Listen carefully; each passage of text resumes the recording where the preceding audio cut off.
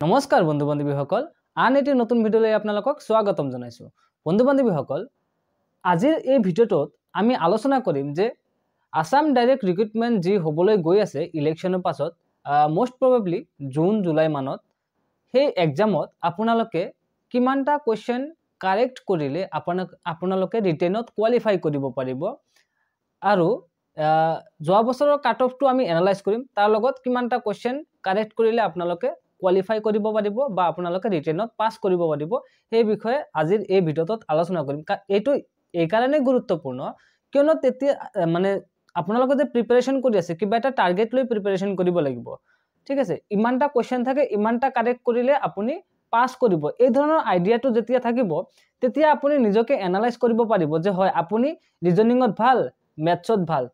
আৰু ইংলিছত অলপমান আপোনাৰ প্ৰব্লেম আছে, তেনেধৰণে আপোনালোকে এটা ষ্ট্ৰেটেজি বনাই ল'ব পাৰিব। সেইকাৰণে মই এই ভিডিঅ'টো আগবঢ়াইছোঁ আপোনালোকৰ কাৰণে। আশা কৰোঁ আপোনালোকে ভিডিঅ'টো সম্পূৰ্ণ চাব, কিন্তু তাৰ আগতে মই আপোনালোকক এটা ৰিকুৱেষ্ট কৰি ল'ব বিচাৰিছোঁ, যদি আপোনালোকে চেনেলটোত নতুন আহিছে আৰু চেনেলটো ছাবস্ক্ৰাইব কৰা নাই তেন্তে প্লিজ চেনেলটো ছাবস্ক্ৰাইব কৰি দিব, কাৰণ আমি এইটো চেনেলত এক্সাম প্ৰিপাৰেশ্যন ষ্ট্ৰেটেজি ৰিলেটেড আৰু জব ৰিলেটেড ভিডিঅ' লৈ আহি থাকোঁ, ঠিক আছে। এতিয়া আগবাঢ়িছোঁ আমাৰ মূল বিষয়টোলৈ। মূল বিষয়টো এইটোৱে যে গ্ৰেড 3 আৰু গ্ৰেড 4ত পাছ কৰিবলৈ হ'লে ৰিটেন এক্সামত আমাৰ কিমানটা কুৱেশ্যন কাৰেক্ট কৰিব লাগিব, অৰ্থাৎ কিমানটা প্ৰশ্ন আমি শুদ্ধ কৰিলে আমি পাছ কৰিব পাৰিম এডিআৰই গ্ৰেড 3 হওক বা গ্ৰেড 4 হওক সেইবিলাক এক্সামত, ঠিক আছে। প্ৰথমতে মই গ্ৰেড 3ৰ পৰা আৰম্ভ কৰিছোঁ। গ্ৰেড 3ৰ হায়াৰ ছেকেণ্ডাৰী লেভেলৰ এক্সামটোক লৈছোঁ। চাওক, গ্ৰেড 3 যিটো হায়াৰ ছেকেণ্ডাৰী লেভেল এক্সাম হয় সেইটোত টোটাল আপোনালোকৰ মাৰ্কছ থাকে 150, মানে সৰ্বমুঠ আপোনালোকৰ 150 নম্বৰ থাকে। আৰু যোৱা বছৰ মানে যি এডিআৰই হৈ গৈছে সেই এডিআৰইত মই অনলি জেনেৰেলৰ কথাটো কৈছোঁ, ঠিক আছে, কাৰণ কেটেগৰী ৱাইজ যদি কাট অফ ক'বলৈ যাওঁ ভিডিঅ'টো বহুত লেন্দি হৈ যাব। মই কাট অফ কিমান গৈছিলে তাৰ ৰিলেটেড ভিডিঅ' অলৰেডি দি থৈছোঁ। আপোনালোকে যদি কেটেগৰী ৱাইজ কাট অফ কিমান গৈছিল সেইটো চাব বিচাৰে আপোনালোকে চেনেলত গৈ চাই ল'ব পাৰে, ঠিক আছে। এইটোত মই অনলি জেনেৰেলৰ কাট অফ কিমান গৈছিল সেইটো ৰেফাৰেঞ্চ হিচাপে লৈ আমি আলোচনা কৰিম যে কিমানটা কুৱেশ্যন কাৰেক্ট কৰিব লাগে, ঠিক আছে। তো জেনেৰেলত যোৱা বছৰ কাট অফ গৈছিল হায়াৰ ছেকেণ্ডাৰী লেভেলত 123, মানে 123 নম্বৰ কাট অফ গৈছিল। এইটো জাষ্ট কাট অফ গৈছিল, এইটো মাৰ্কছ পালে আপুনি জাষ্ট ৰিটেনটো কোৱালিফাই কৰিলে, তাৰপিছত আকৌ স্কিল টেষ্ট থাকে, স্কিল টেষ্টত পাৰফৰ্মেঞ্চৰ কথা থাকে। চ' ৰিটেনত যথাসম্ভৱ আপোনালোকে বেছিত কৰি বেছি স্ক'ৰ কৰা ট্ৰাই কৰিব লাগে, ঠিক আছে। যদিও এইটো কাট অফ নম্বৰ হয় 123 যোৱা বছৰৰ, সেইমতে যদি 123 পাবলগীয়া হয় তেন্তে আপোনালোকে কিমানটা প্ৰশ্ন শুদ্ধ কৰিব লাগিব। চাওক, যদি টোটাল মাৰ্কছ 150 হয় আৰু টোটাল কুৱেশ্যন আছিলে 100টা, মুঠ প্ৰশ্ন আছিলে 100টা আৰু সৰ্বমুঠ নম্বৰ হ'ল 150, মানে প্ৰত্যেকটা প্ৰশ্নৰ বাবে কিমানকৈ নম্বৰ আছিলে 1.5, ঠিক আছে, মানে 1.5 নম্বৰকৈ আছিলে। চ' যদি 123 পাবলগীয়া হয় তেন্তে কিমানটা প্ৰশ্ন শুদ্ধ কৰিব লাগিব, 123 ডিভাইডেড বাই 1.5 কৰি দিলে আহি যায় 82টা কুৱেশ্যনছ। মানে আপোনালোকে যদি হায়াৰ ছেকেণ্ডাৰী লেভেলত কোৱালিফাই কৰিবলগীয়া হয়, জাষ্ট কাট অফটো ক্লিয়াৰ কৰিবলগীয়া হয়, তেন্তে আপোনালোকে মিনিমাম 100টাৰ ভিতৰত 82টা কুৱেশ্যনছ শুদ্ধ কৰি আনচাৰ কৰিব লাগিব, তেতিয়াহে আপোনালোকে 123 স্ক'ৰ কৰিব পাৰিব। এইটো হ'ল যোৱা বছৰৰ কাট অফ। যোৱা বছৰ যদি কোনোবাই 82টা কুৱেশ্যন শুদ্ধ কৰি এটেম্প কৰিছিলে তেওঁ কাট অফটো ক্লিয়াৰ কৰিছিলে আৰু ৰিটেনত তেখেতৰ কোৱালিফাইড বুলি আহিছিলে, ঠিক আছে। কিন্তু এইবাৰ ডেফিনেটলি কাট অফ অলপমান হাই যাব। চ' আপোনালোকৰ টাৰ্গেট থাকিব লাগে যে 85+ কুৱেশ্যনছ আপোনালোকে শুদ্ধ কৰি এটেম্প কৰিব লাগিব। এইটো কিহৰ কাৰণে, গ্ৰেড 3ৰ যি হায়াৰ ছেকেণ্ডাৰী লেভেল এক্সামটো হয় সেইটোৰ কাৰণে, ঠিক আছে। এইটো মই জেনেৰেল যি কেটেগৰী আছে সেইটোৰ কাৰণে এনালাইচিছটো আগবঢ়াইছোঁ। বাকী ৰিজাৰ্ভেশ্যন কেটেগৰী যিবিলাক আছে তেওঁলোকৰ কাৰণে অলপমান কমি যাব, কাৰণ তেওঁলোকৰ কাৰণে কাট অফটো অলপ কম যায়। কিন্তু মই আপোনালোকক এটাই এডভাইচ দিব বিচাৰিম যে আপোনালোকে যদিও ৰিজাৰ্ভ কেটেগৰীৰ পৰা বিলং কৰে আপোনালোকে জেনেৰেল কেটেগৰীৰ বুলি ভাবি নিজকে প্ৰিপেয়াৰ কৰক, তেতিয়াহে আপোনালোকে ছাকচেছ হোৱাৰ সম্ভাৱনাটো বাঢ়ি যাব, ঠিক আছে। দেন আপোনালোকৰ টাৰ্গেট হ'ব লাগিব হায়াৰ ছেকেণ্ডাৰী লেভেল 85+ কুৱেশ্যনছ আপোনালোকে শুদ্ধ কৰি এটেম্প কৰিব লাগিব, ঠিক আছে।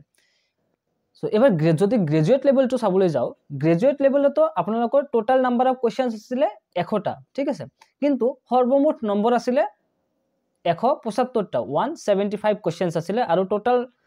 সৰি 175 হল টোটাল ম্যাক্সিমাম মাৰ্কস আপোনালোকৰ আছিলে 175 আৰু টোটাল কোৱেশ্চনছ আছিলে 100 মানে 100টা কোৱেশ্চন আছিলে এন্ড মানে এটা কোৱেশ্চনত কিমান কৰি মাৰ্কস আছিলে 1.75 ঠিক আছে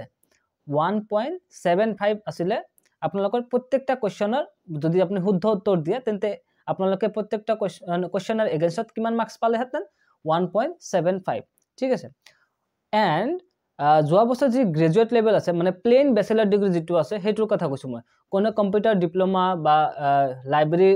সায়েন্সৰ যি ডিগ্ৰী আছে এবিলাক নথকা মই যেটো plain bachelor degree cut off হেতুৰ কথা কৈ আছো তাকো general category to okay so general ক্যাটাগৰীৰ কাৰণে যোৱা বছৰ কাট অফ গৈছিল 147 আউট অফ 175 মাৰ্কস ঠিক আছে এই যে 147 মাৰ্কস টু পাইছে কিমান কোৱেশ্চন কাৰেক্ট কৰাৰ পিছত 147 মাৰ্কস টু পাইছে এটো আমি যদি ক্যালকুলেট কৰিব বিচাৰো তেন্তে আমি ডিভাইড কৰিব লাগিব 147 বাই 1.75 তেতিয়া আমাৰ আহে total equals to 84 number of questions মানে যদিহে কোনোবাই যোৱা বছৰ গ্ৰেজুৱেট লেভেলৰ গ্ৰেড 3 যি এক্সাম হৈছিল তাত 100টাৰ ভিতৰত 84টা যদি কোৱেশ্চনছ কাৰেক্ট কৰি এটেম্প কৰিছিল তেন্তে তেওঁ 147 মাৰ্কস পাইছিলে আৰু ৰিটেনত কোৱালিফাই কৰিছিল ঠিক আছে এইবাৰ ডেফিনেটলি কাট অফ টু অলপমান হলেও হাই হ'ব হেকানে আপোনালোকে নিজৰ টাৰ্গেটটো ৰাখিব around 90 কোৱেশ্চনছ ঠিক আছে 90 অৰ্থাৎ 90টা প্ৰশ্ন আপোনালোকে শুদ্ধকৈ এটেম্প কৰা ট্ৰাই কৰিব যিসকলে গ্ৰেজুৱেট লেভেলৰ এক্সামটো দিবলৈ গৈ আছে ঠিক আছে তেতিয়াহে আপোনালোকৰ সিলেকশন বা কোৱালিফাই হোৱাৰ সম্ভাৱনাটো বেছি থাকিব কাৰণ যদিহে আপোনালোকে 84 85টা কোৱেশ্চনছ কাৰেক্ট কৰি আহে তেতিয়া অলপমান হয়তো ৰিস্কি হৈ যাব পাৰে আপোনালোকৰ কাৰণে বাট যেতিয়া আপোনালোকে around 90 কোৱেশ্চনছ আপোনালোকে শুদ্ধকৈ এটেম্প কৰি আহিব তেতিয়া আপোনালোকৰ এটা ভাল চান্স থাকে যে হয় আপোনালোকৰ কোৱালিফাই হ'বই বা পাস কৰিবই ঠিক আছে একাৰণে আপোনালোকৰ টাৰ্গেট থাকিব 90 কোৱেশ্চনছ শুদ্ধ কৰাৰ এটো হল গ্ৰেজুৱেট লেভেলৰ কাৰণে সিমিলাৰলি যদি আপোনালোকে ৰিজাৰ্ভ ক্যাটাগৰীৰ পৰা বিলং কৰে সেই ধৰণে আপোনালোকৰ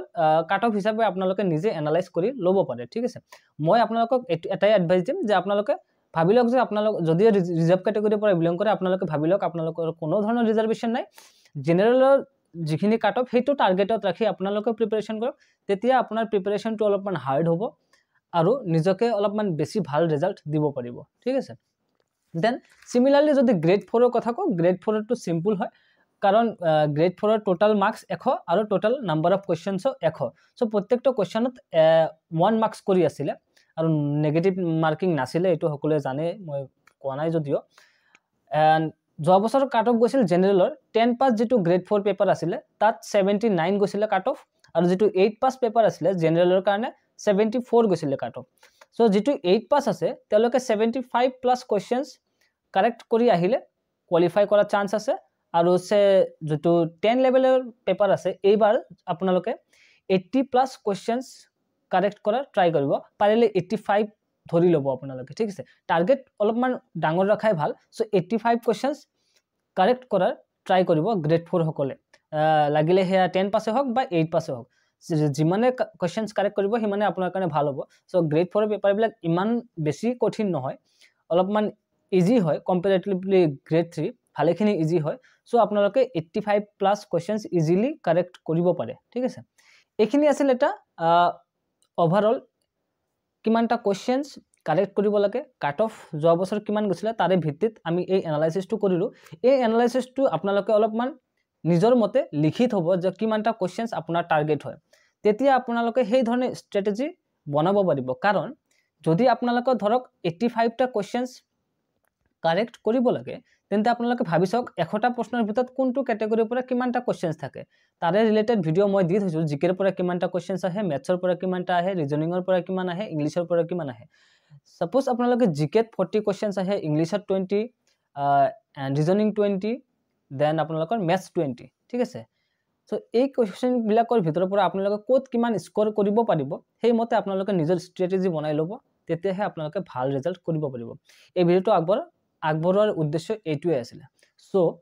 আশা কৰো আপোনালোকক এই ভিডিওটোৱে হেল্প কৰিব অলপমান ষ্ট্ৰেটেজি বা স্মাৰ্টলি ষ্টাডি কৰাত স্মাৰ্টলি প্ৰিপাৰেচন কৰাত বাকি এই ভিডিওটো আৰু দীঘলীয়া নকৰো বাকি পৰৱৰ্তী যদি কিবা কবলগীয়া থাকে important strategy exam preparation strategy related মই নিশ্চিতভাৱে নতুন ভিডিওটাত আপোনালোকক জনোৱাৰ চেষ্টা কৰিম বাকি আপোনালোকৰ যদি কিবা ডাউট থাকে কিবা প্ৰবলেম থাকে কিবা কোৱাৰিজ থাকে বা সাজেশন লাগিলে কমেন্ট বক্সত জনাব পাৰে মই আপোনালোকক ৰিপ্লাই কৰাৰ চেষ্টা কৰিম বা আপোনালোকৰ ডাউটছ ক্লিয়াৰ কৰাৰ চেষ্টা কৰিম থ্যাংক ইউ লগ পাম আন এটি নতুন ভিডিঅ'ত